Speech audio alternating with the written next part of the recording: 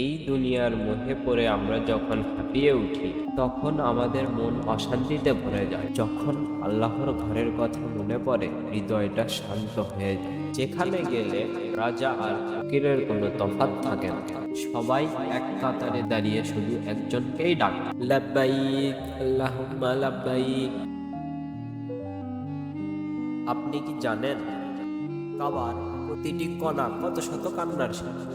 আমরা অনেক সময় হতাশ হয়ে পড়ি যে আল্লাহ কি আমার কথা শুনেছেন, অথচ মহান আল্লাহ বলেন, তুমি আমাকে ডাকো, আমি তোমার ডাকে সাড়া দেব। মক্কার এই পবিত্র ভূমি আমাদের মনে করিয়ে দেয় যে পৃথিবীর সব দরজা বন্ধ হয়ে গেলেও আল্লাহর রহমতের দরজা সবসময় খোলা। যাদের এখনো সেখানে যাওয়ার সুযোগ হয়নি, তাদের মনে এক অদ্ভুত ব্যাকুলতা কাজ করে। প্রতিবার যখন আমরা স্ক্রিনে এই দৃশ্য দেখি, আমাদের অজান্তেই চোখ ভিজে ওঠে। হে আল্লাহ, আমাদের প্রত্যেককে অন্তত একবার হলেও আপনার ঘর জিয়ারত করার তৌফিক দান করুন। আমাদের গুনাহগুলো ক্ষমা করে দিন এবং আমাদের মনকে শান্তি দিয়ে ভরিয়ে দিন। আমিন।